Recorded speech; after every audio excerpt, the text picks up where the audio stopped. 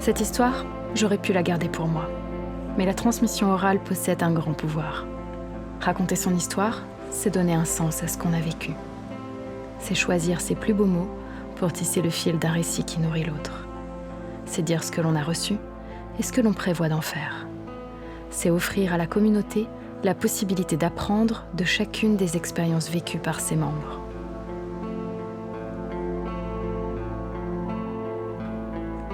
Alors, aujourd'hui, je vous offre un peu de mon histoire.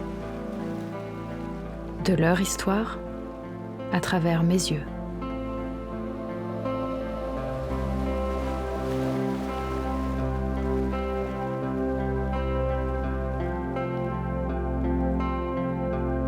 Un peu de notre histoire, à travers les vôtres.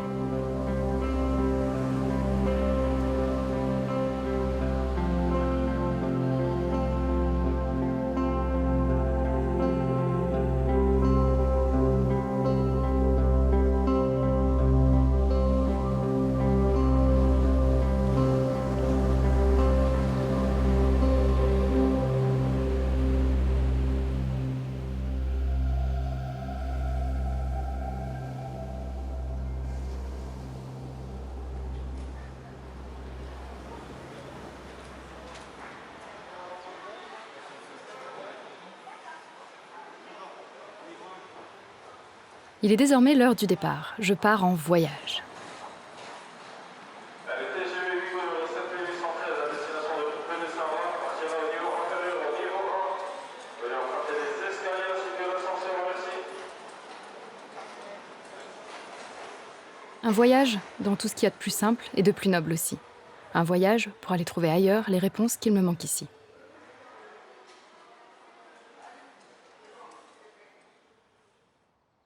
Après plusieurs mois de projection dans le futur, il est enfin temps de vivre le moment présent. J'ai cru que ça n'arriverait jamais.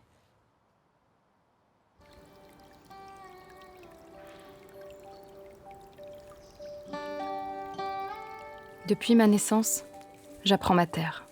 Tous les jours, je grandis. J'apprends mes voisins.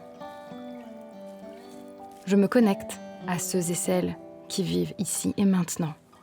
Mes racines ne sont à chaque départ que momentanément distendues par mon cœur aventureux. Je sais, malgré cet attrait de l'ailleurs, que je suis d'ici, autochtone, issue du sol même. Pourtant, j'ai l'âme nomade.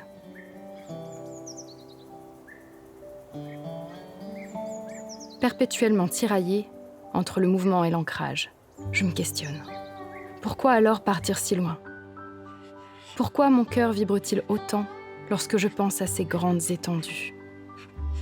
Est-ce possible d'apprendre une terre ? Appartenir, c'est n'être quelque part et y rester pour toujours ? Ou est-ce qu'on peut devenir intime avec un lieu, avec ceux et celles qui l'habitent ? Et si oui alors, à quel prix ? Le temps, l'effort, la patience et la confiance ? Et s'il est possible de développer ce lien a posteriori, quel espoir alors pour le vivre ensemble ? Pour cette humanité contrainte au mouvement perpétuel. Comment réapprendre à faire partie ? Si on pouvait redéfinir la notion d'appartenance, la légitimité de présence autrement que par la naissance, on pourrait peut-être alors apporter un éclairage nouveau sur l'avenir.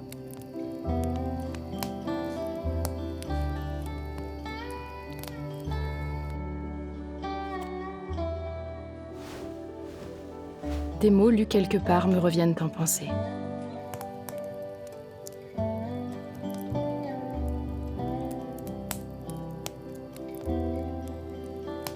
Alors, je sors rêver plus loin.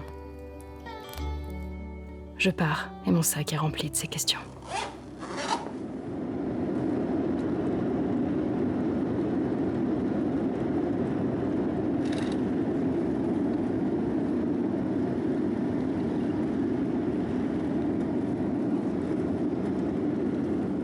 The captain has left the seatbelt sign on. Please remain seated with your seatbelt securely fastened. We recommend you keep your seatbelt fastened at any time you are seated. We'd like to remind you that smoking, including the use of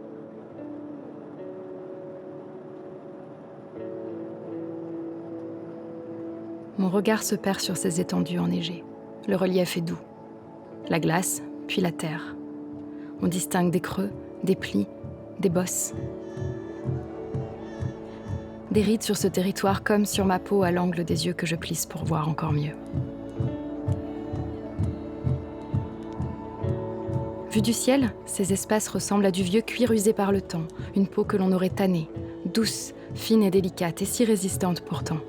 Dans les ridules de cette dernière, prolongées par des creux plus marqués, s'écoulent des rivières immobiles. Ici, aucun signe de vie.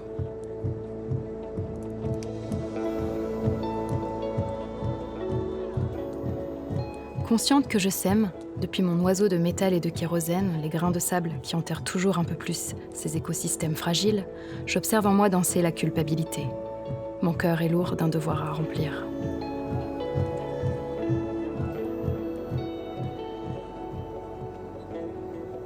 Ce voyage doit vraiment compter.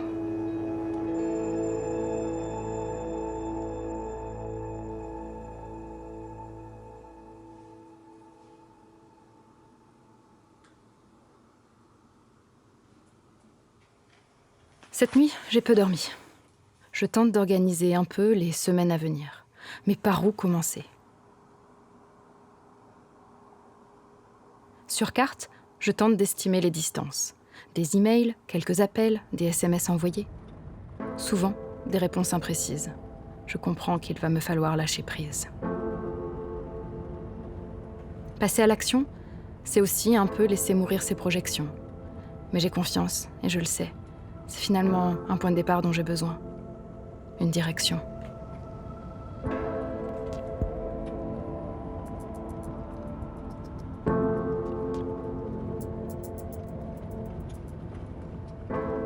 Je prends alors la W1 North et je file vers Squamish, là où tout a commencé il y a quelques années. C'est là où une rencontre, nourrie par le hasard et les coïncidences, m'a mise sur le chemin que je suis désormais. Première pause, Porto Cove. Je passe plusieurs heures sur la plage de Galets. Je fais connaissance, co-naissance. Mes sens sont à l'affût, les bruits, les odeurs, les textures, les couleurs. Tout m'est à la fois si familier et complètement étranger. Il saute comme un merle, mais il a presque la couleur du rouge-gorge. J'ignore son nom, et pourtant, tout dans sa démarche me donne l'impression de le connaître. Tout dans ses gestes me donne la sensation qu'on s'est déjà rencontrés. Mais les mots me manquent.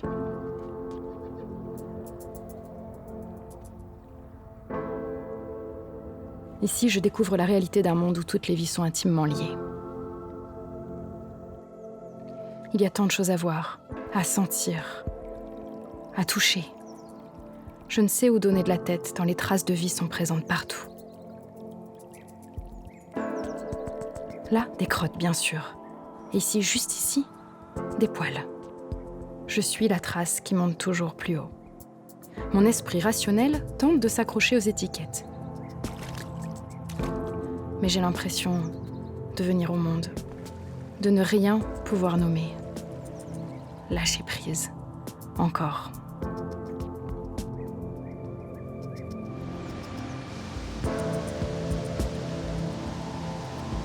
Privé de nom, je perçois désormais les relations, sans plus séparer l'oiseau du rondin de bois.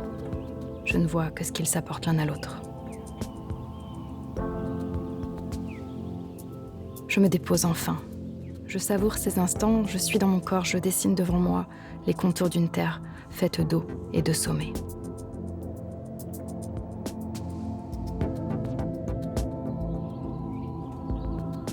Pourtant, j'aimerais trouver l'interprète.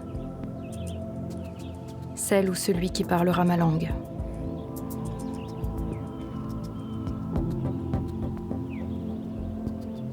Ma langue et la leur aussi. Celle ou celui qui pourra comprendre ce que je ressens au contact de ces vivants. Et m'introduire sur cette terre.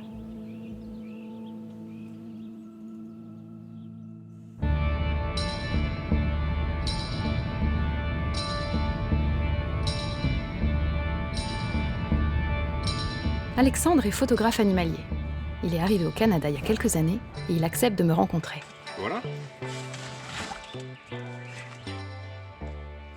Je suis au Canada depuis 2019. Et ici, vraiment, ça a été le coup de foudre avec les pigargues, vraiment, quoi. Je me suis dit, il faut que je me trouve un téléobjectif pour pouvoir faire des images de ces animaux-là, quoi.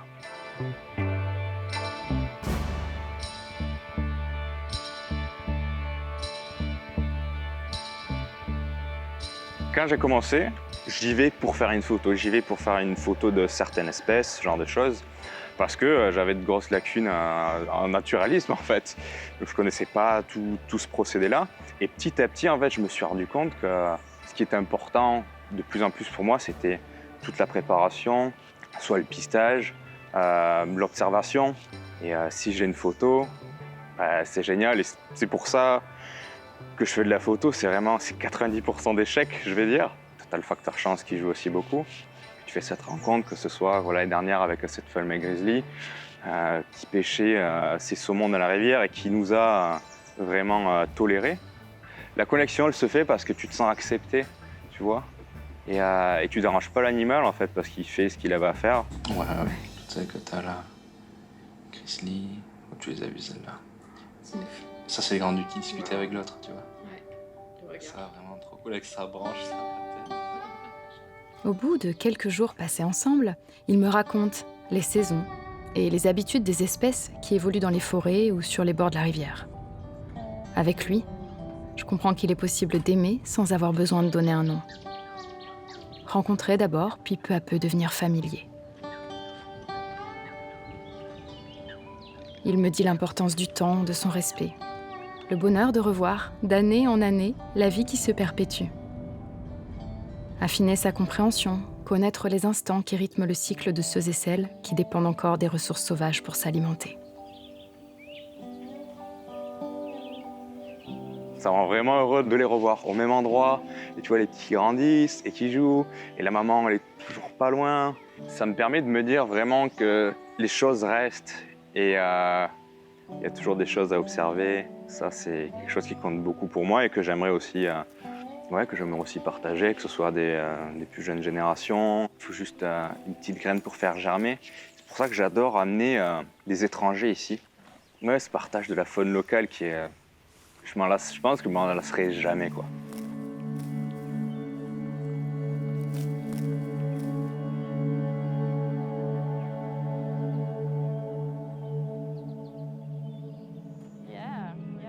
Alex me parle aussi des personnes qu'il connaît ici, ces ornithologues comme Marcia, qui lui permettent de rencontrer le hibou, de ceux et celles qui apportent au fil du temps des réponses à ses questions, qui lui livrent les clés de compréhension de cet écosystème qu'il apprivoise peu à peu. Nos échanges sont un miroir. De ces derniers, je comprends que la nature est pour lui aussi une échappatoire. Que face à l'ours ou au pika, il se sent vivant. Plus que dans le monde des hommes, peut-être. Pour lui comme pour moi, il y a une profonde blessure à soigner. Réapprendre à aimer l'humain. Est-ce que j'ai l'impression d'appartenir à ce territoire? Waouh, c'est compliqué ça.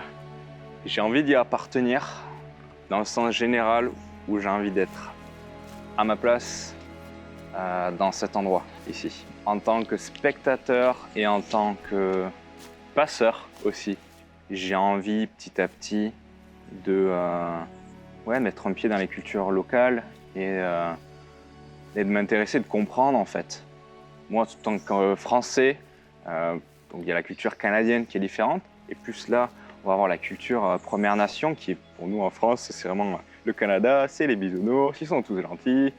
Et il y a ce choc culturel double en fait quand tu arrives ici. Pour l'instant, même avec cette envie-là, je sais que je suis pas à ma place, je sais pas si je serai un jour à ma place, en fait. Trouver sa place. Je continue de la chercher, cette place. Je passe et repasse sur les lieux que nous avons parcourus ensemble. Seule cette fois. Enfin, jamais vraiment esselée. Je note les traces, celles qui sont là au matin mais qui n'étaient pas là la veille. J'apprends les habitudes de mes nouveaux voisins.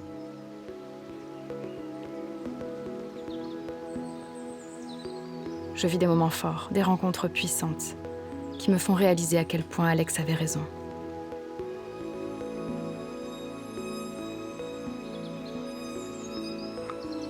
Il faut réapprendre le vivre ensemble.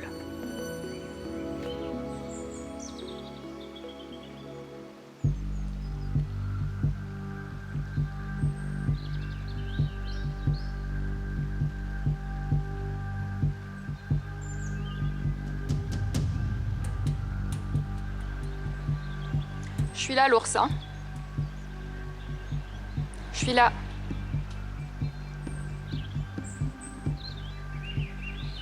Ouais. T'as prévu de sortir à ce niveau-là? Ok, je vais peut-être m'en aller alors. Tu m'as vu? Tu vas aller un peu plus loin? Ouais, je pense que c'est une bonne idée d'aller un petit peu plus loin. Je suis désolée, t'avais très probablement envie de sortir là. Mais... il va falloir aller un poil plus loin.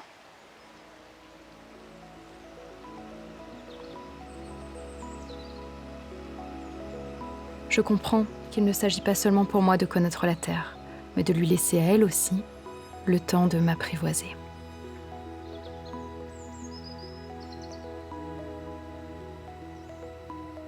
Le temps de lire mes gestes et de percevoir ce que je suis réellement.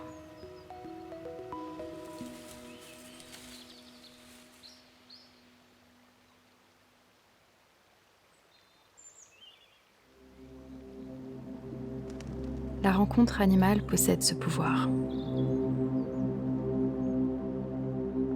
Lorsqu'une bête vous regarde, elle vous voit vraiment. Dans votre complexité et dans votre simplicité aussi.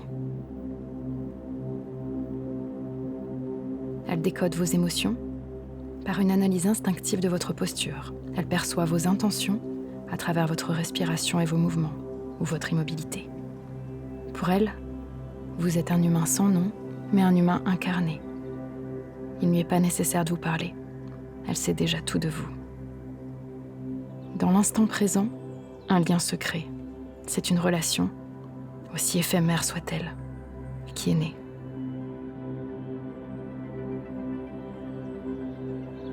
Une intimité qui vient toucher l'âme au plus profond. Sensation étrange lorsque la route des touristes croise la mienne. Sur le bord du chemin, je les regarde passer, un peu déconnectés. Moi, je vois l'oiseau qui construit son nid là-haut. Ou celui qui prend son bain de poussière.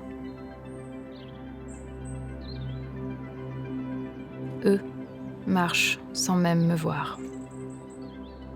Les derniers mots d'Alex résonnent dans ma tête. Pour appartenir à cette terre, je crois que de spectateur, je dois devenir passeur. Je ressens alors le profond désir d'entrer en lien avec un groupe d'humains, connectés à l'environnement.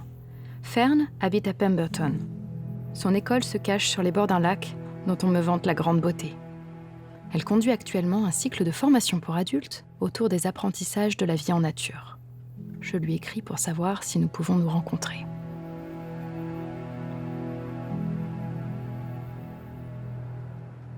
Je me mets en chemin vers l'est. J'ai hâte.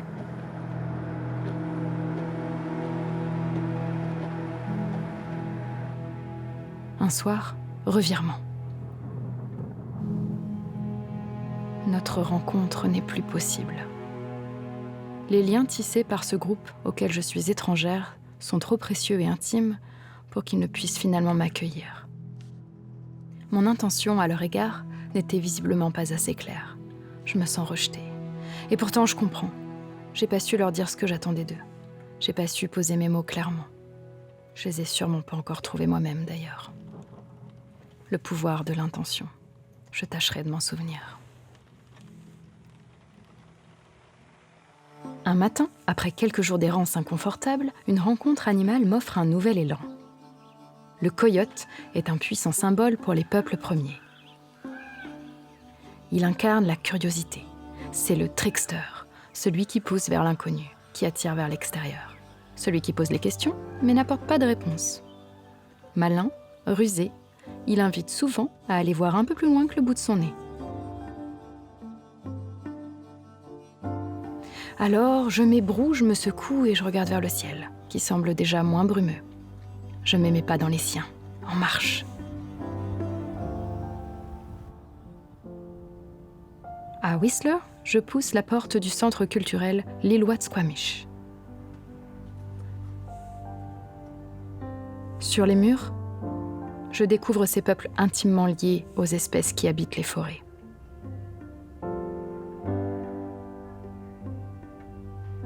Le cèdre accompagne l'humain de la naissance jusqu'à la mort. C'est avec son écorce que l'on tisse les couches des bébés, mais c'est aussi celle qui accueillera le corps d'un défunt. C'est dans son bois que l'on creusera, pendant plusieurs mois, le canoë qui permet de se déplacer. Je découvre que chaque acte quotidien est posé avec le plus grand respect, en accord avec les saisons. Je découvre aussi le temps long. La chèvre des montagnes est un animal sacré. On ne la chasse pas. Et les couvertures que l'on tisse avec son pelage sont le résultat de quelques poignées de fourrure seulement, collectées chaque année sur les buissons. Il faut près de 10 ans pour obtenir un beau manteau que l'on transmettra ensuite de génération en génération.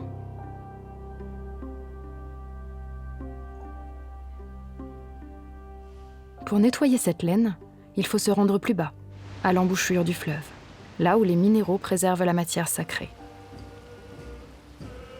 Ainsi, sur les berges de la rivière se rencontraient différents peuples et leurs échanges prenaient la forme de grands rassemblements. La connaissance profonde des terres passe par l'usage pragmatique et conscient de ses ressources.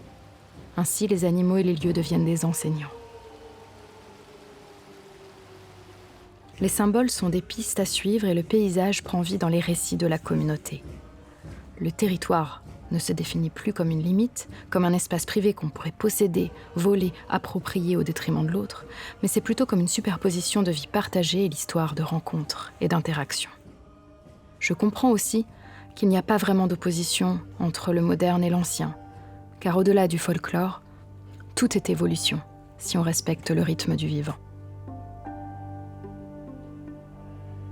Le temps linéaire ne semble plus faire aucun sens.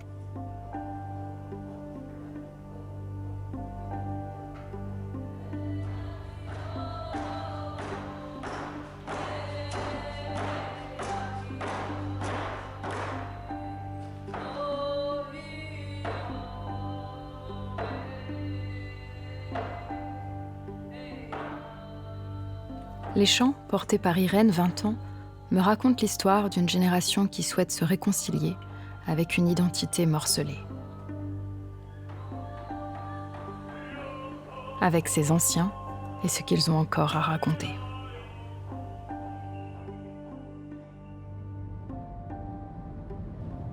Je me dirige encore un peu plus vers le sud-est. Les États-Unis ne sont pas loin. Cette fois, mon intention est claire, et lorsque je prends contact avec Dixon, je suis capable de lui dire ce que j'attends. À ses côtés, je veux apprendre sa terre. J'attends patiemment ses instructions et me familiarise avec ses nouveaux bruits et ses nouvelles odeurs.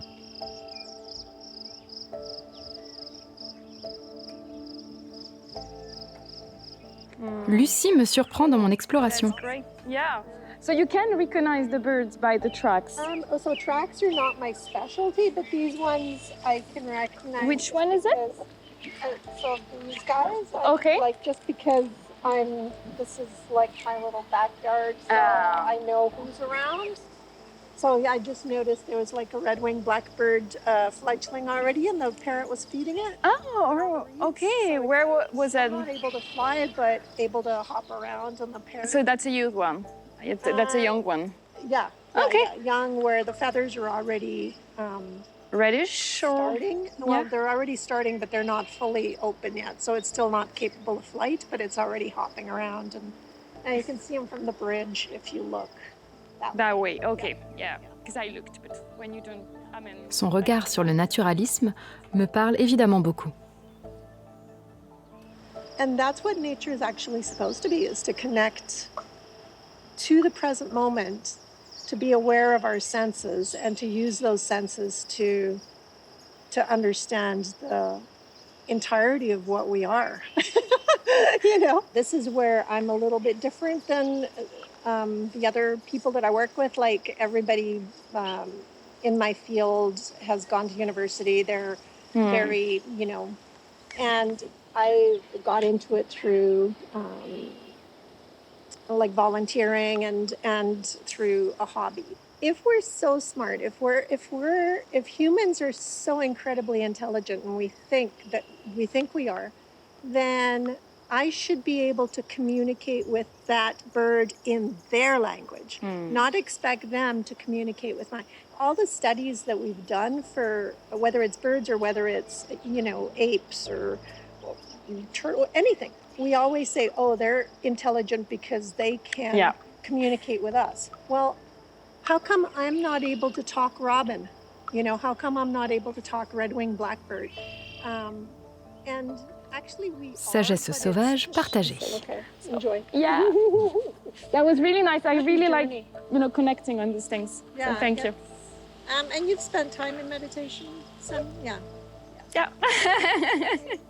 Bye bye. Alors, tourner à droite, puis descendre à gauche en face du bâtiment officiel. Je tente de comprendre où se situe la ferme sur laquelle je serai volontaire. Dixon est un aîné de la nation Similkameen. Il vit dans une vallée dans le désert de l'Okanagan. My name is Indian name is Skalach, and they squeeze it means to be underneath my foot, your foot. My shaman Steve name is Dixon Trubasket. I live in the Smokebean Valley here in Canada.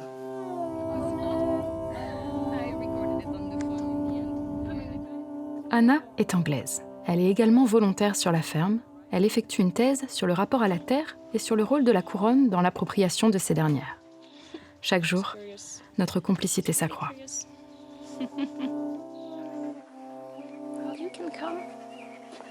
You can come with me. Oh yes, Mama.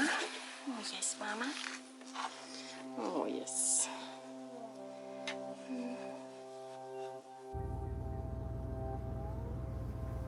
Au fil des jours, les liens se tissent. Doucement. Humblement.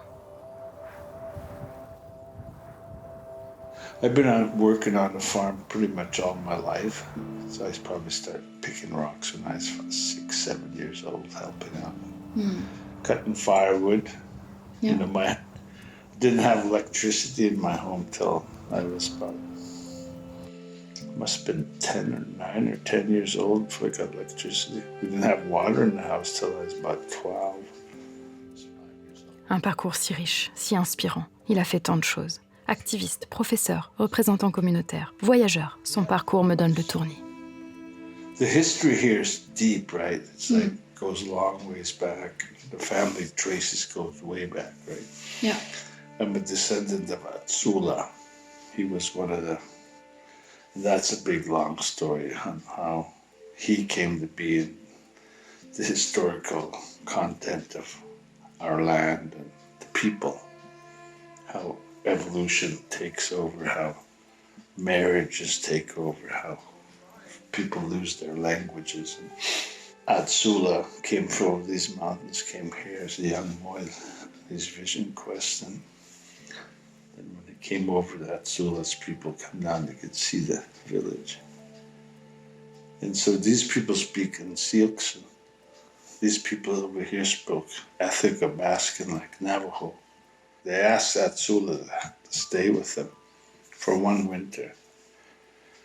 And then, because Atsula was looking for a place to live of his own, so they convinced him to stay on the season again. Then pretty soon Atsula stayed here. He didn't go back to the Methil. Depuis plusieurs années, il tente de régénérer la terre de ses ancêtres et d'y faire pousser des légumes pour permettre à la communauté d'accéder à des ressources de meilleure qualité. I'm not a really good teacher. Sometimes I wonder, it's like, the things that need to get done, right? And just a bugger to try. Back then I did agriculture, had a soil agronomist and scientists come and people come and do soil mapping of the reserve. And what we wanted to do was match the soil, the crop to the soil type, so that particular crop, rather than trying to bring potatoes onto this high alkali soil that we found out when there's places where we could grow potatoes that was beautiful. Yeah. Yeah, beautiful potatoes. Right? So yeah, we did all that stuff, and I'm trying to say, well, you know, nobody knows that because nobody paid attention, right? Les journées de labeur s'enchaînent. Le sol a souffert, ce qui le foule aussi. Je comprends le soin qu'il faut lui apporter tous les jours, chaque jour, sans repos et sans concession. Nous luttons contre une invasion de chenilles et le combat contre ces dernières nous semble parfois perdu d'avance. Je m'interroge sur notre rapport à ces animaux qui par leur présence nous dérangent et nous menacent. Les oiseaux qui mangent habituellement ces chenilles ont déserté les airs, laissant dans leur sillage un déséquilibre qu'il n'est plus possible de compenser vraiment. Chaque jour, je dois remplir la citerne pour arroser les champs. L'eau de la rivière est polluée, le forage est trop coûteux. All Blue, le camion, m'accompagne un peu partout. Dixon me dit qu'à long terme, les chenilles gagneront, mais qu'il se doit d'essayer de trouver des solutions.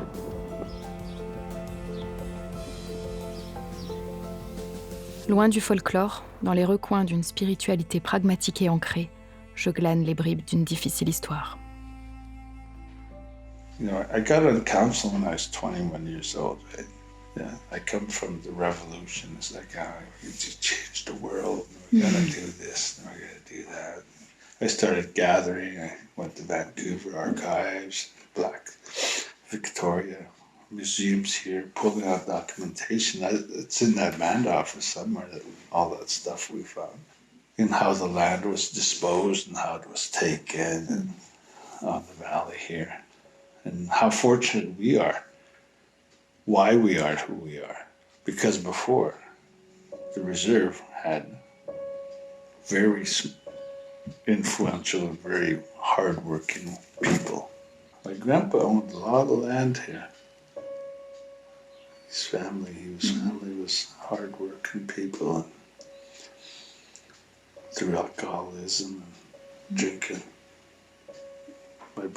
My uncle lost a big chunk down there. Lost a big chunk over there. Lost the whole reserve over there by unscrupulous individuals. And that's a family trait that we don't even talk about. My own family. Things that happened in it. That was the start of the individualism and the gradual rift between the families. Yeah. Started pulling us apart. Yeah. And it was all by design.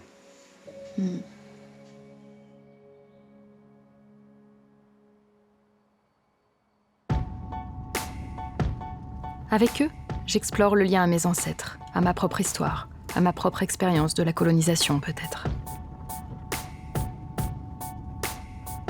Mais avec eux aussi, je fais partie, l'espace de quelque temps, d'une histoire qui me dépasse.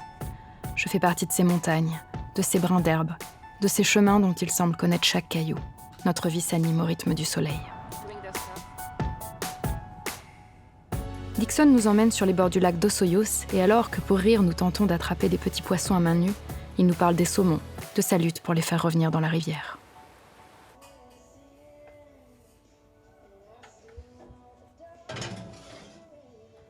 Ce soir, la viande d'élan est cuite à point. Mais soudain, nous sommes interrompus. Au loin, par la fenêtre, 2 silhouettes s'enfuient, peut-être pour chasser. Elles disparaissent dans les arbres qui tapissent le fond de la rivière. Nous sautons dans le pick-up. Nous suivons alors les empreintes et Dixon nous aide à décrypter ce qu'il s'est passé.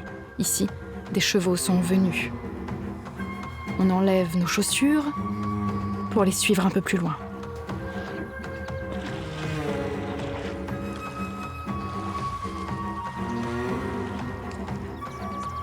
Par là, des ours, une mère et son petit.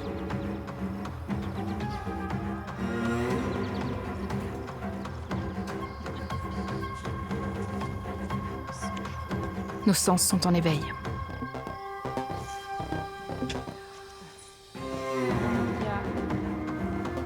Pendant des heures, entre les silences et l'affût, Dixon nous raconte les histoires de ses pistaches d'enfants. mais les ours ne se montreront plus. Le soleil baisse à l'horizon.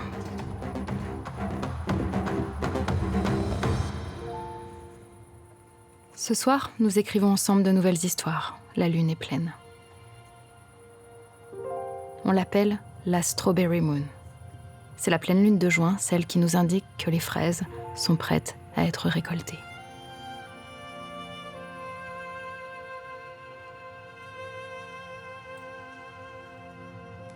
C'est dans les rires que nous préparons ce dernier petit déjeuner ensemble. He said strawberry pancakes this morning. Oh, wow. Really should have a blog. C'est là notre cérémonie. Je pars avec plein de présents, du saumon séché, du vin d'ici, plein de baies. Dixon et Anna m'ont offert bien plus qu'un lieu où me déposer. Ici, j'ai vraiment vécu, j'ai senti le vent souffler. J'ai vu les colibris danser, j'ai entendu tomber la trop fine pluie et appris le nom des sommets. J'ai arrosé le sol à la sueur de mon front, j'ai perçu la douceur des nuages. Dans la simplicité de ces moments, je comprends que la connexion à la terre n'a pas toujours besoin d'être pensée. Elle doit être vécue et transmise dans la chair. You have to choose between driving and ice creaming. Puissante comme cette terre, légère comme l'air chaud d'ici, je suis enfin prête à reprendre la route. Ici, j'ai donné pour recevoir. Et j'ai reçu tellement. C'est une gratitude infinie qui m'habite lorsque le moteur démarre et que la poussière s'élève dans mon rétroviseur.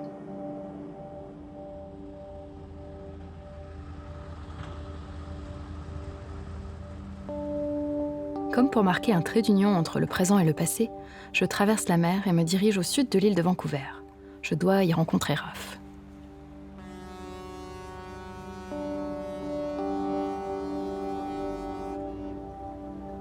Raph est passionné par les techniques ancestrales qu'il tente de transmettre aux jeunes générations.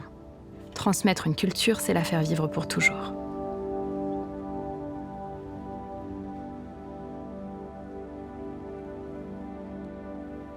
Mais Raph est aussi pompier, et alors que j'arrive à Victoria, la nature l'appelle ailleurs. More than 1,000 active wildfires are burning across Canada right now. British Columbia declared a state of emergency yesterday, while thousands in Yellowknife are being forced to leave their homes. Wildfire burning out of control near Cameron Lake is creating a divide on Vancouver Island. Les incendies se propagent et les forêts brûlent. Sur les écrans que je croise en ville, les images me rappellent à la réalité.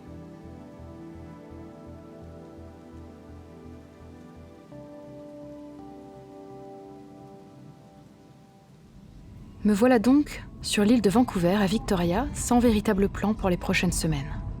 Fatiguée, mon énergie est en chute libre. Je peine à savoir si ça vient de moi ou si mon mal-être est accentué par les conditions extérieures.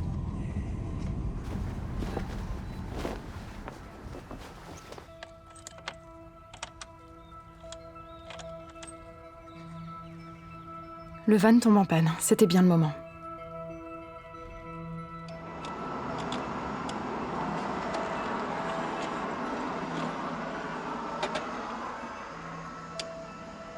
Do you have anything on in the vehicle right now? No, I have nothing on. Yeah, sorry about that. No, that's okay. You did your best. 3 garages plus loin, je comprends. Ma batterie est complètement foutue. Je vais devoir rester ici un bon moment. L'immobilité forcée contraste avec ce bourdonnement incessant, ce béton et ces bruits m'oppressent. Je rêve d'abord de m'enfuir. Mais s'il y a une chose que je sais désormais, c'est que rien n'arrive sans raison. Alors, que vais-je bien pouvoir apprendre ici ?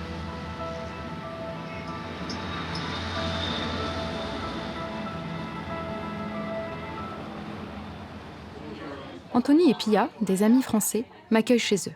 Je me force à sortir, je fais quelques rencontres. J'écoute les histoires des humains qui croisent mon chemin. Moi, je suis pas venue ici pour les gens, alors que je suis anthropologue. Oui, c'est marrant. Cette partie du Canada, c'est la nature. Ouais. C'est vraiment la la partie la plus importante ici, c'est ça. C'est pour ça que c'est venu. La proximité avec la nature. Je suis en ville, mais je suis à 5 minutes de la mer. Il y a même encore des cougars qui se baladent. En ville? Ah oui, ça arrive. Carole, anthropologue immigrée et professeure de français, me partage sa vie, mais aussi ses regrets. Mais moi, ça me fait un peu mal au cœur justement de voir cette partie-là disparaître petit à petit. Ouais, parce que tu en sens que 16 ça ans, évolue, 16 ans à Victoria, je peux voir la différence déjà. Donc ça compte sous prétexte de développement, que moi j'appelle destruction. On voit cette nature donc diminuer de jour en jour, partir. Les animaux ne savent plus où aller. On en voit de moins en moins. Moins d'espace. Où on les retrouve en ville parce que effectivement il y a un problème, ils ne savent plus où aller. C'est la ville qui s'étend quoi. Oui, on s'étend sur leur territoire. Son témoignage sonne comme un rappel. Je dois garder ma concentration. Je ne dois pas me laisser dévorer par l'énergie confuse, écrasante et grise de la vie citadine. Pour ne pas perdre pied, je me dois de nourrir la magie.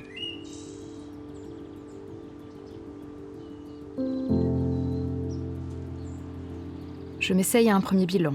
J'écris quelques mots que je peine à trouver.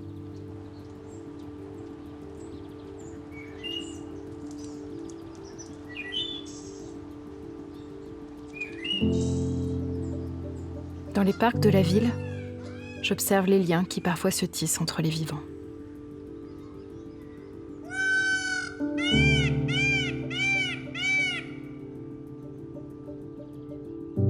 La cohabitation prendra ici le nom de Josette. L'été dernier, il paraît qu'elle promenait ses bébés dans le jardin. Elle reste distante, mais sa curiosité la pousse à s'approcher. Elle m'offre des regards et des opportunités d'apprentissage rares. Le raton laveur est un animal emblématique du Canada, mais il n'est pourtant pas apprécié partout, souvent considéré comme trop envahissant. Pourtant, dans ses comportements, je comprends que c'est nous qui avons bétonné sa maison.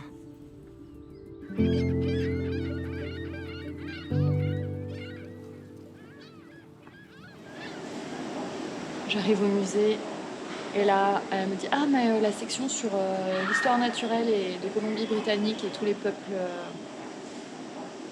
toute la partie histoire, eh ben, elle est fermée pour rénovation. » Donc je me retrouve au musée pour aller voir une expo sur les temples d'Angkor. Les temples d'Angkor et les dinosaures. Donc c'est dur de rester focus là. Mais on va prendre ce qui vient. On va aller voir ces choses-là. Il y a peut-être des choses chouettes à apprendre.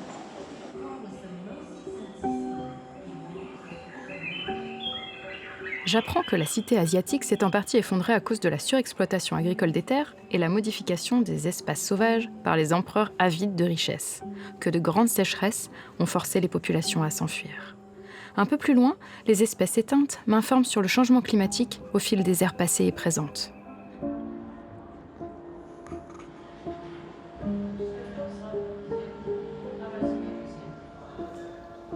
Je n'aurais pas pensé, en mettant les pieds à Victoria, pister le mammouth à travers les plaines sibério-canadiennes. Moi qui voulais remonter le temps, je suis servie. J'erre entre les murs, mais l'eau m'appelle. La mer chante de nouvelles histoires, je plonge peu à peu dans le monde des abysses. Je navigue entre deux eaux et je fais connaissance avec le peuple de cette île. Sans pouvoir l'expliquer, je sens que c'est là que je dois aller, proche de l'eau, au contact de cet élément. Connexion à la nature, respect. Une toute petite salle, proche de la sortie, m'offre un joli cadeau.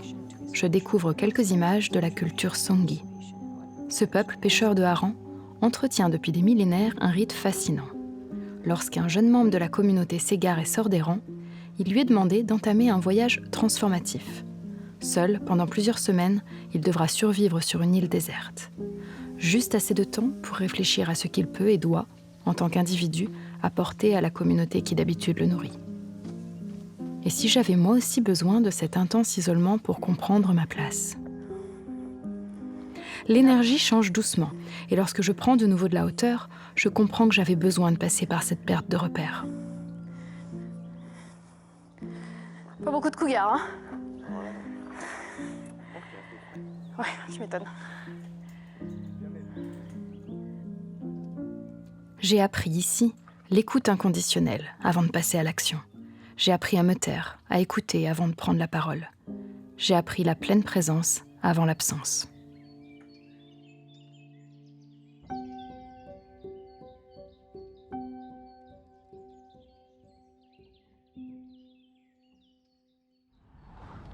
J'emporte avec moi un peu de ces amis-là. Un pain chaud et la plume d'un pan, symbole d'un futur rassurant qu'il faut encore écrire. Dans une rivière, je laisse partir les choses qui ne me servent plus. Mais l'océan ne me quitte jamais.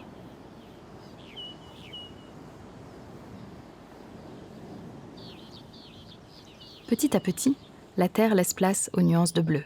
J'ai l'étrange sensation que mes sens, abrutis par le brouhaha de Victoria, fonctionnent à nouveau.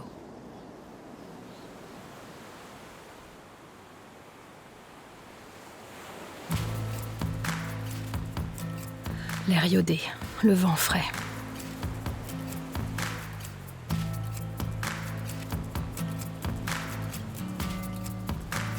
Une odeur désagréable me chatouille le nez. Une nouvelle énigme se présente à moi. Qu'est-ce que c'est que cette chose? Un reste de poisson? Mais quel poisson? Qui a bien pu se nourrir ici et camoufler autant de restes entre les rondins?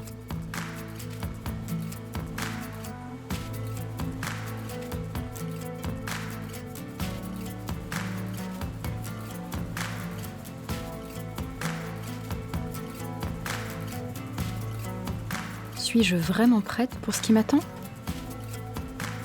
Je dois me rendre à l'évidence. Il me faudra un ultime coup de pouce de l'univers pour résoudre ce mystère.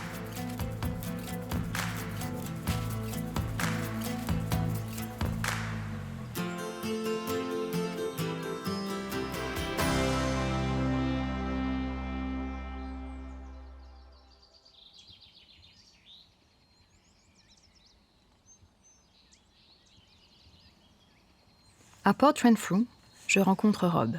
Il travaille dans la conservation et la protection de la faune et fait partie d'un groupe de pisteurs locaux. Chandel, une amie, l'accompagne.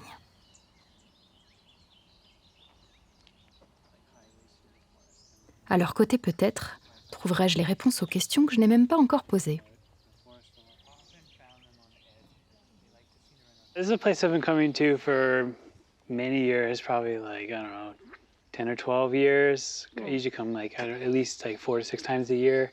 And I just kind of found it by just looking at aerial photos in the area. I kind of had a good feeling about it.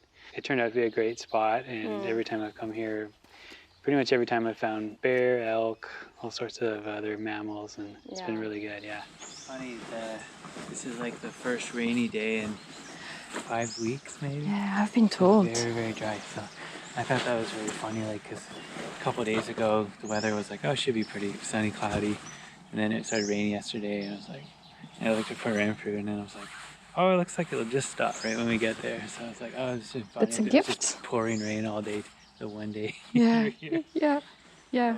It's kind of, it's good. I mean, that's really good for nature, right? And it rains a bit. When it gets really dry here, the sand can get like very dry and loose. So it doesn't, like the tracks are just a little harder to see, but it's still worthwhile coming here, and it's just a little bit more challenging. Peu à peu, je ralentis. Je réapprends l'errance.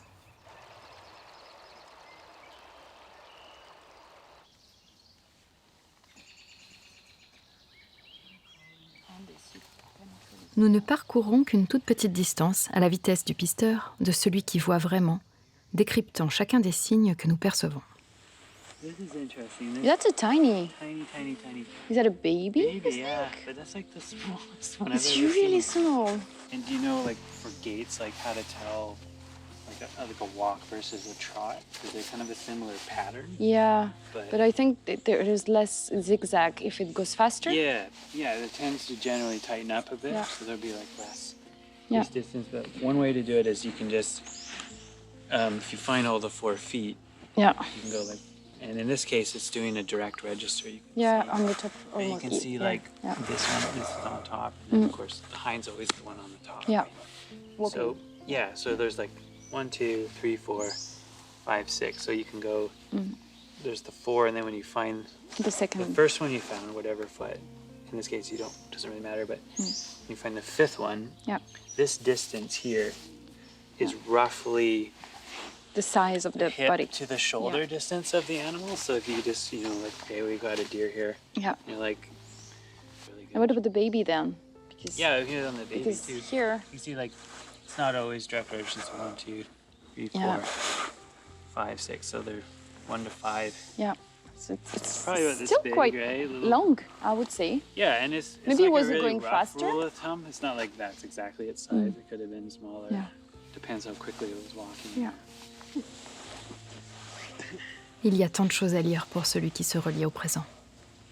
Yeah, that's also the smallest one I ever saw.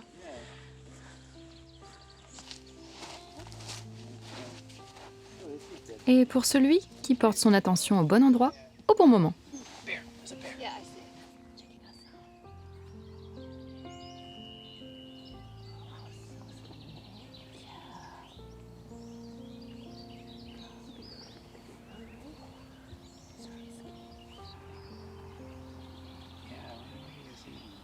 I know, but the birds are going on the same tree, exactly.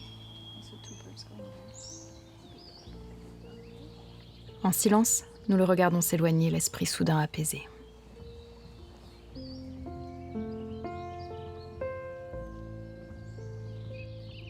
Today we actually saw a black Yeah. bear in the first 10 Black minutes. bear, That was great. yeah. I see them quite often, like Yeah. usually in the spring, in the fall, less so in the summer. They seem to go to other areas. Là, t'as le pied et là, t'as la main.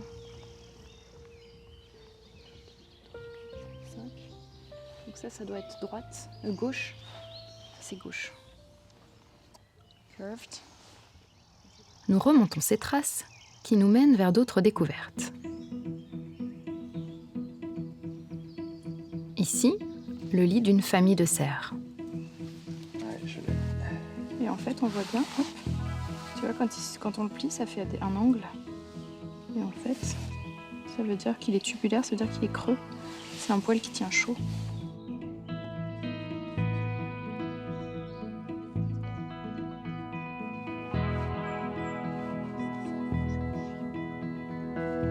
L'ours est passé par là. Ici, un American Robin a niché.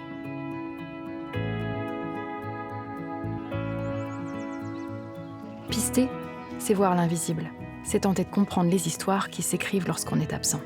C'est noter les moindres détails qui révèlent la présence des autres vivants.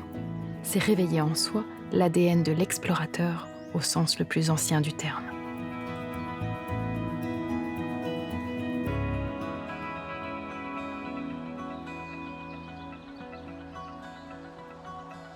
Au moment de se quitter, Rob me partage quelques souvenirs et plante dans mon cœur une graine qui ne demandait qu'à germer.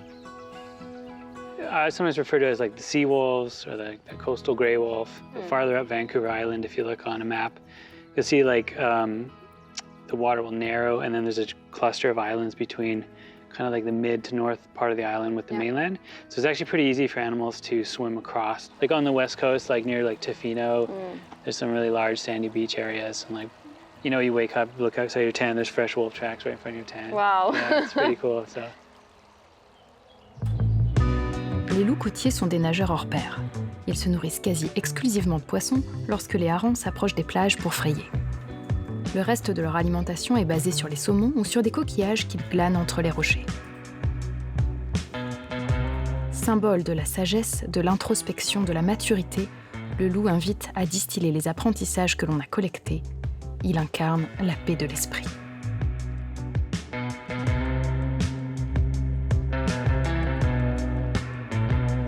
Le doute s'efface. Le nord-ouest m'appelle. C'est le moment.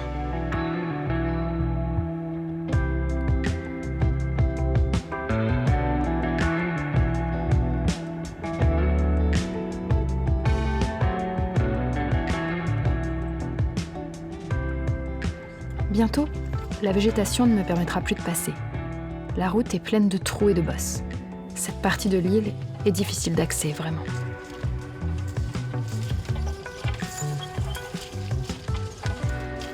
Mais je persévère. Je sais où je dois aller.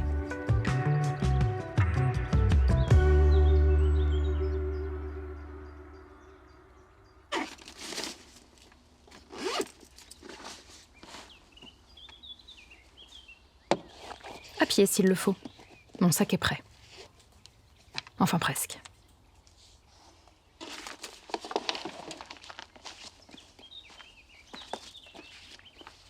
Bon bah c'est cool, voilà. Raft Cove, c'est le spot dont on m'a parlé, où il y a des possibilités de voir des empreintes à minima, des empreintes de loup. Donc c'est trop cool. Donc là c'est quand même bien expliqué. Il y a la trail, après il y a la plage. Comme dans beaucoup d'endroits au Canada, des aménagements à destination des humains permettent de maintenir un minimum de sécurité. Cet endroit me semble alors être le bon compromis pour ne pas me mettre en danger. Enfin, pas trop du moins.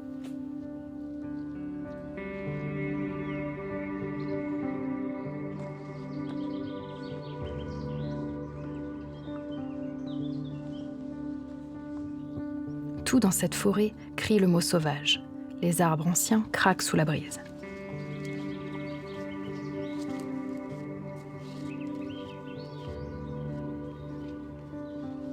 Les feuilles des fougères, d'un vert presque luminescent, vibrent.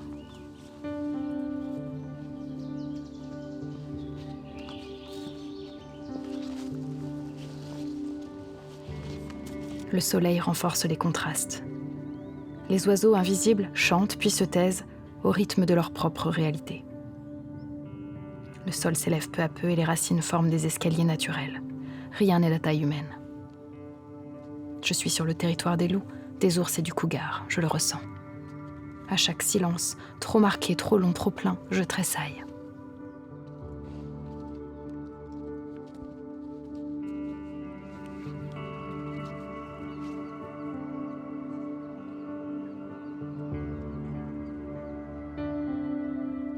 Quelle étrange sensation que de rêver d'une apparition tout en la craignant un peu. Je pense à cette sagesse ancestrale que nous avons peut-être égarée en chemin. Savoir combiner la nécessité d'être vu et celle de rester discret.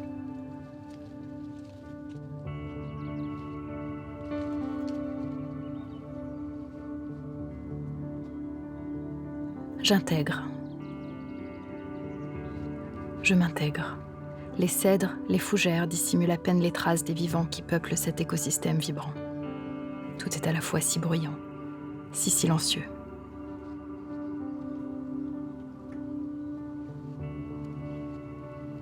Genre un loup. Un tronc couché permet de dépasser un creux dans le terrain. Rempli de boue, cette zone est le témoin d'une pluie tombée il y a quelques jours. J'aime ces endroits et quand je m'en approche, toujours, mon cœur s'accélère.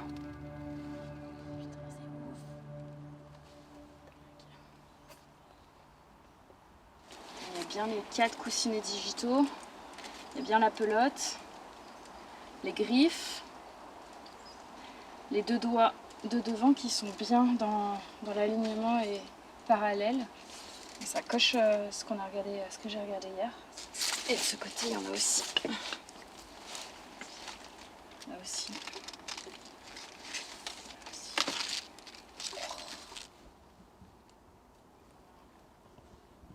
C'est un canidé, mais je réfrène mon envie de tirer une conclusion instantanée sur son propriétaire. Je me raccroche à mon esprit, tentant de raisonner mon cœur, qui pourtant semble savoir. Les rencontres, parfois douces et subtiles, m'inspirent un second souffle. Ou alors, me le coupent brutalement. Oh, ça daube. Oh, punaise.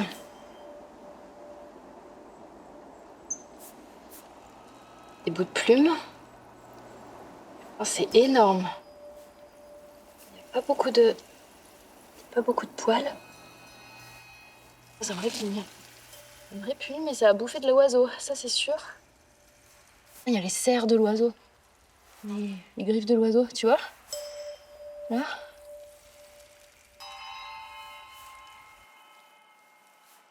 Ça peut pas être un chien. Ça peut être un chien. C'est pas du tout un caca chien. Parce que les chiens, ils mangent des croquettes. Et du coup, là, il y a beaucoup trop de trucs différents dedans. Je sais pas si ça peut être une crotte de loup. J'aurais pensé qu'une crotte de loup, il y avait plus de poils dedans, mais étant donné que ces loups-là, ils mangent...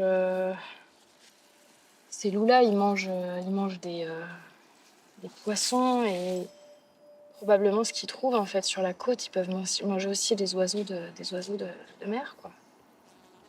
Je sais pas. En tout cas, ça peut. Je ne suis pas seule, c'est une certitude.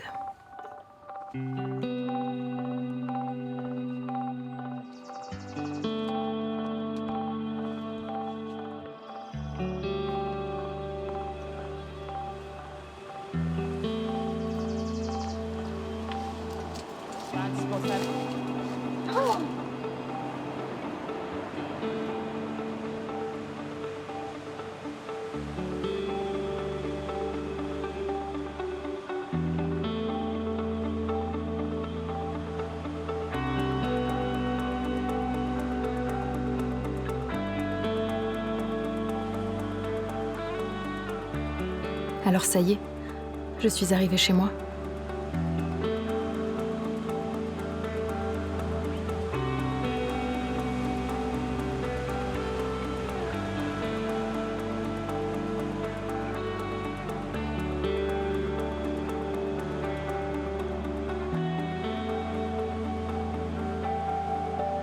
Ici, je poserai mon campement.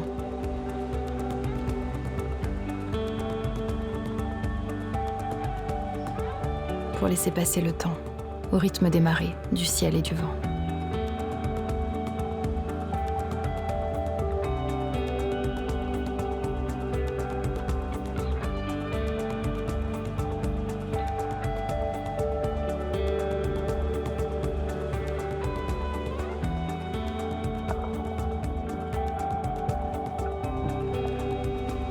Patiemment, j'attendrai ma vision.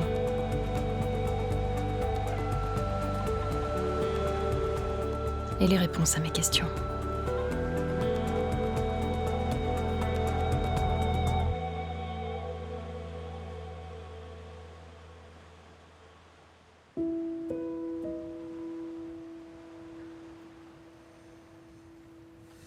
Ce jour-là, alors que je me promène dans l'estuaire en direction de la source d'eau douce, je découvre une empreinte bien différente. La piste s'écrit devant moi, et je sais qu'il ne s'agit pas d'un animal que j'ai déjà croisé. Ces traces auraient été effacées par la marée haute. Il y a donc moins de 6 heures qu'il est passé par là. Le chat fantôme apparaît souvent à l'aube ou à la tombée du jour. S'il y a vraiment le truc typique des chats, des félins, gros chats, c'est que le coussinet plantaire, il est trilobé. Il n'y a pas de symétrie au niveau des doigts. Il n'y a pas de doute là. Il n'y a vraiment pas de doute. Un gros chat. Je ne croiserai pas le cougar, mais dans sa démarche, je lis la force de celui qui connaît son pouvoir. Je comprends la puissance dénuée de violence.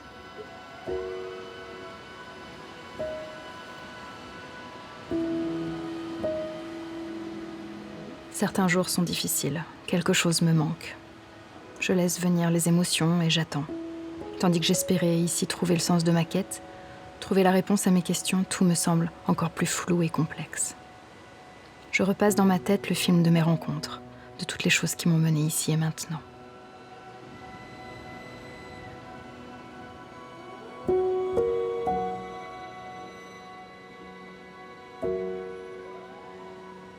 L'histoire aurait pu s'arrêter là, dans l'illusion de la nature sauvage, par l'errance infinie d'une humaine un peu perdue, qui n'appartient plus vraiment au monde de demain.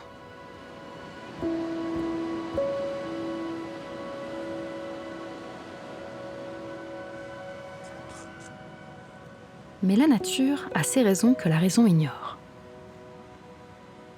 Vision magique.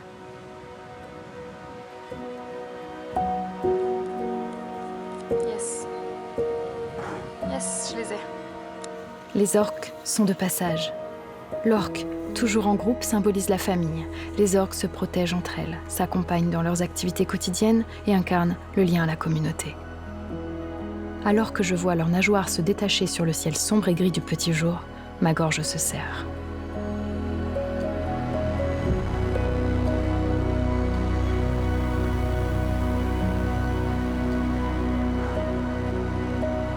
je comprends soudain que l'heure est venue pour moi de rentrer. Je dois sortir de la forêt.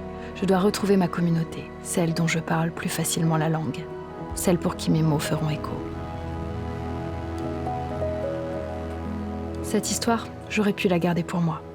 Mais la transmission orale est essentielle. Raconter son histoire, c'est donner un sens à ce que l'on a vécu. C'est dire ce qu'on a reçu et ce que l'on prévoit d'en faire.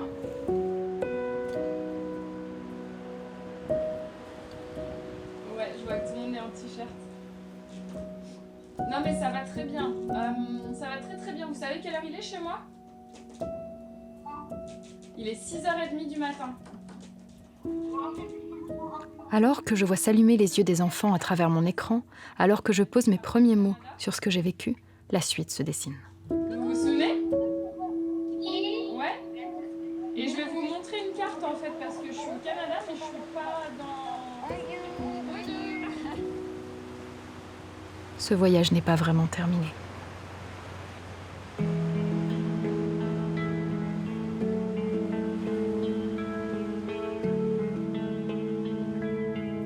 Dans cette quête, pour savoir ce que veut dire autochtone, je comprends que l'essentiel est là.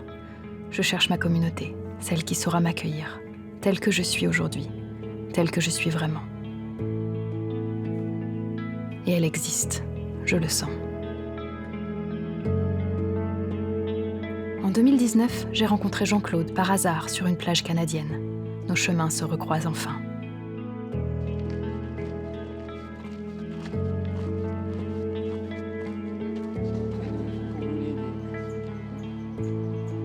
Jean-Claude accompagne depuis plusieurs années déjà enfants et adultes qui souhaitent se reconnecter à leur nature. C'est donc à Salt Spring, auprès des siens, que je reviendrai en douceur dans le monde des humains.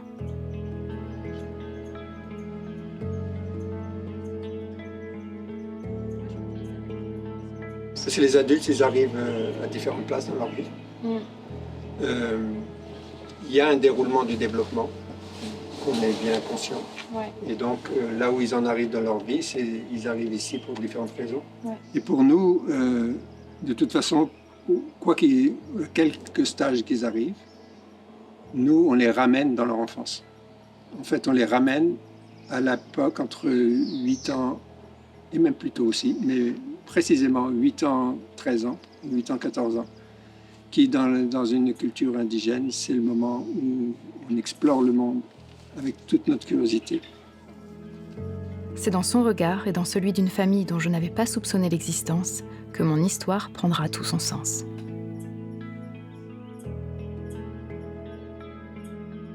C'est le moment où on raconte l'histoire, parce qu'on est fait comme ça. On a besoin de faire des expériences et d'en raconter l'histoire pour en retirer la signification, parce que c'est toujours le but. On doit tirer de la signification de nos expériences pour pouvoir affiner quel est notre don. Et ça correspond à un vieux schéma. Les chasseurs-cueilleurs, ils se éparpillent dans la journée, faire ce qu'ils ont à faire, et le soir, ils se rassemblent autour du feu et racontent l'histoire. Ouais. Parce que quand on raconte l'histoire, on apprend de toutes les autres. Et que quand on suit l'évolution de chacun, ça crée des liens énormes pour la communauté, mais ça permet à la communauté dans son ensemble à être conscient de tout ce qui se passe partout. Tout ce que j'ai vécu ici, mes déplacements au Canada comme mes expériences, n'ont fait que suivre une logique millénaire qui remonte à des temps très anciens. Le modèle est basé sur le cycle du soleil, et c'est la même chose. C'est le cycle du soleil d'un jour, c'est le cycle du soleil d'une année, c'est aussi le cycle d'une vie entière. Ça se répète. Carlos, Isabelle, Pauline et sa famille nous offrent des moments précieux. Ces quelques jours sont une incroyable transition. Une véritable réconciliation entre mon cœur, mon âme et mon corps, entre ce que ces derniers ont appris ici et ce qu'ils décideront de ramener.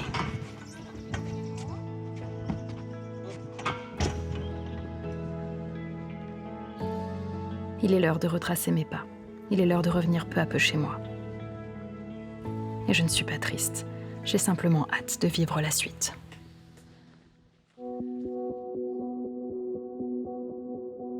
Et si être autochtone, c'était un peu tout ça?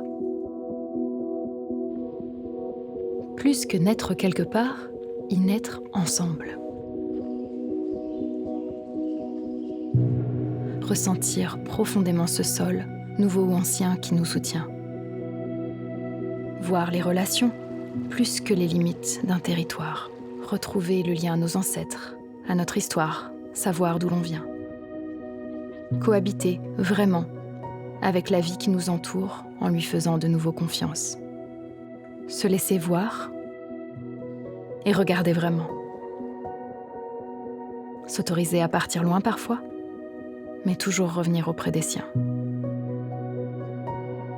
Retrouver la paix en soi-même, savoir qui on est pour l'autre.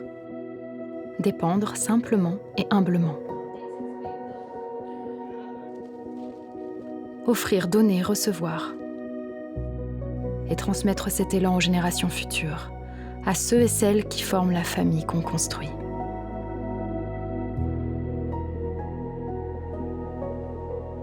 Et si c'était aussi simple que ça ?